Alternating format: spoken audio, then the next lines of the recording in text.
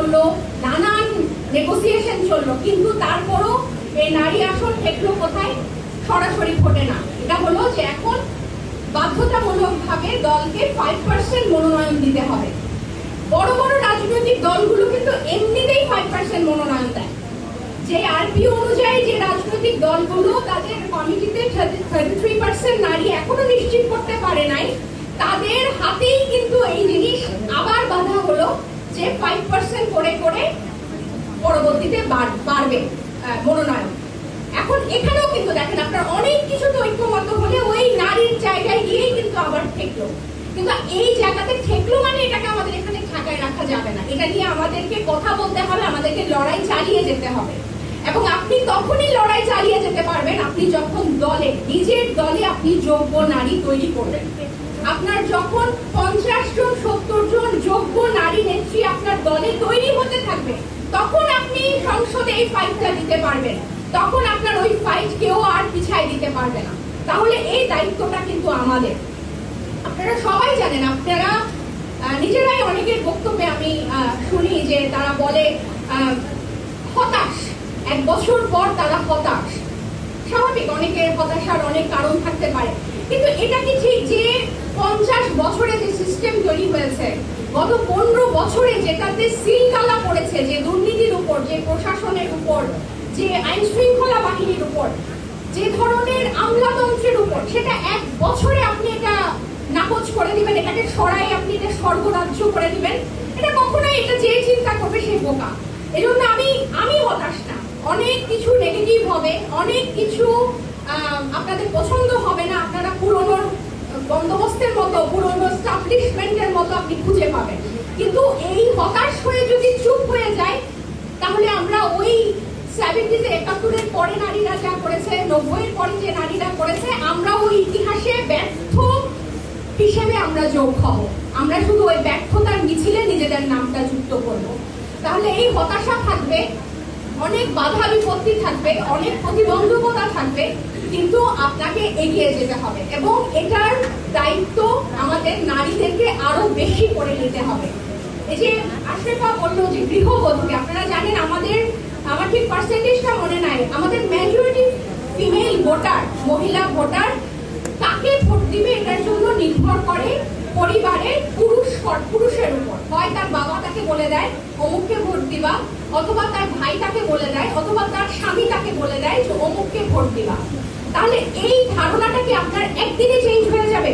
একদিনে চেঞ্জ হবে না। এই ধারণাটা আস্তে আস্তে পরিবর্তন করতে হবে এবং এই পরিবর্তন করাটা থামানো যাবে না। যেটা বিগত 50 বছরে শুরু হয়ে থেমে গিয়েছিল, এটা এইবার আর থামানো যাবে না। এবং আপনি ঢাকায় বসে কি ওই চুয়াডাঙ্গার গৃহবধূকে আপনি বলতে পারবেন কেন তাকে কি বোঝাতে পারবেন কেন নারী নেতৃত্ব দরকার এবং তাকে সে ভোট দেবে? আপনি বোঝাতে পারবেন না। তাহলে আপনাকে কি করতে হবে? আপনার চুয়াডাঙ্গায় আপনাকে নারী নেতৃত্ব তৈরি করতে হবে। এবং আমরা যদি নিজেদের দেখেন, কারো থাকবে সে খুব ভালো বক্তৃতা দেয়, খুব ভালো কথা বলে, খুব সুন্দর সুন্দর কথা বলে, গুডফিল কথা বলে। কেউ আছে কথাই বলতে পারে না কিন্তু তার সাংগঠনিক কাজ অনেক ভালো। কেউ আছে তার সাংগঠনিক ক্ষমতাও নাই, সাংগঠনিক কাজও গুছাতে পারে না, সে কথাও বলতে পারে না, কিন্তু সে হয়তো মানুষকে উৎসাহ দিতে, মোটিভেট করতে 1 to 1 অনেক ভালো কাজ করে। সে হয়তো পেপার ওয়ার্ক গুছানোতে অনেক ভালো কাজ করে। তাহলে যে যেটাতে যোগ্য তাকে সেটা করার প্ল্যাটফর্মটা আপনাকে নিশ্চিত করতে হবে। আপনি ওই পথে যখন আপনি বাধা হবেন, বা আপনার নিজের গোষ্ঠী বা আপনার নিজের ফোরামের আপনি যখন কাউকে ওখানে পজিট করবেন, তাহলে কিন্তু আপনি দলেই সংরক্ষিত আসনের আপনি চর্চা করছেন। তাহলে এই চর্চাটা হবে হয়তো, হ্যাঁ, আরো যখন অনেক ক্যান্ডিডেট হয়ে যাবে তখন আপনি প্রতিযোগিতা করবেন, কিন্তু প্রতিযোগিতা করার মতো পরিবেশ এই মুহূর্তে আমাদের নাই। আমাদের প্রচুর মেয়ে লাগবে, আমাদের প্রচুর নারী লাগবে এবং তাদেরকে উৎসাহ দিতে হবে এবং তাদেরকে এই বাংলাদেশকে উপহার দিতে হবে। কারণ যখনই নারীরা, আপনারা দেখেন অধিকারের পক্ষে কারা বেশি কথা বলে? নারীরা বেশি কথা বলে।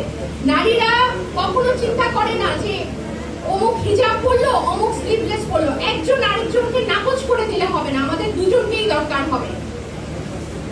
অমুক কথা স্লিভলেস ওলাজন পড়েছে, জি বলা পড়েছে, সো ওই কথা বাতিল, এটা হবে না। তাহলে যে হিজাব ওলা তার কথা শুনতে হবে। বলে একই কথা বলেছে, কিন্তু স্লিপলেস ওয়ালা বললো যে তোমারটা বাতিল করে দিলাম। তাহলে তো এটা হবে, এভাবে হলে কি হবে? হয় এক পক্ষ জিতবে আরেক পক্ষ হারবে, কিন্তু এটাতে গোষ্ঠী স্বার্থ রক্ষা হবে, আদতে হারবে বাংলাদেশ। কারণ দুই পক্ষই বাংলাদেশের এবং দুই পক্ষেরই সমান অধিকার আছে বাংলাদেশের জন্য কাজ করার। আমি আপনি কেউ না কাউকে বাংলাদেশ থেকে বঞ্চিত করার। আপনার সাথে আমার রাজনৈতিক বোঝাপড়ার তর্ক যুক্তি হতে পারে, কিন্তু আমি তাকে নাকচ করতে পারি না আমার গোষ্ঠীকে রক্ষা করতে গিয়ে। কেউ আমাকে নাকচ করতে পারে না তার গোষ্ঠীকে রক্ষা করতে গিয়ে। কারণ এই গণ অভ্যুত্থান পরবর্তী একটা ঐতিহাসিক মুহূর্তে, একটা ঐতিহাসিক সময়ে আমরা আছি। আমি সাধারণত এত দীর্ঘ কথা বলি না, অনেক বলে ফেললাম। সবশেষে শুধু আমি একটা কথাই বলবো, একদম সবার শেষে, আমাদের এই সংসদ, জাতীয় সংসদে আমাদের নারী আসন নিয়ে কথা বলার আগে অবশ্যই আমরা সেই কথাটা জারি রাখবো।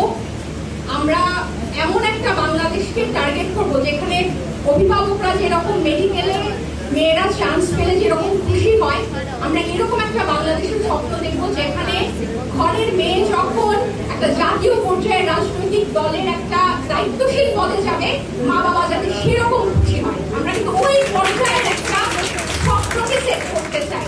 তাহলে ওইটার যখন উদ্দেশ্য এবং খুবই সৌভাগ্যক্রমে সেটার পুরো দায়িত্ব এখন আমরা যারা এখন আছি তাদের উপর, ওই স্বপ্নটা বাস্তবায়ন করার জন্য।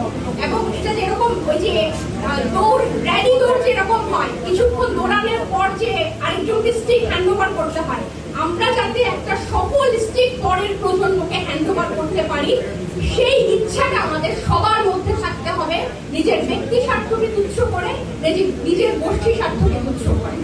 আপনাদের সবাইকে ধন্যবাদ। ইনকিলাব জিন্দাবাদ।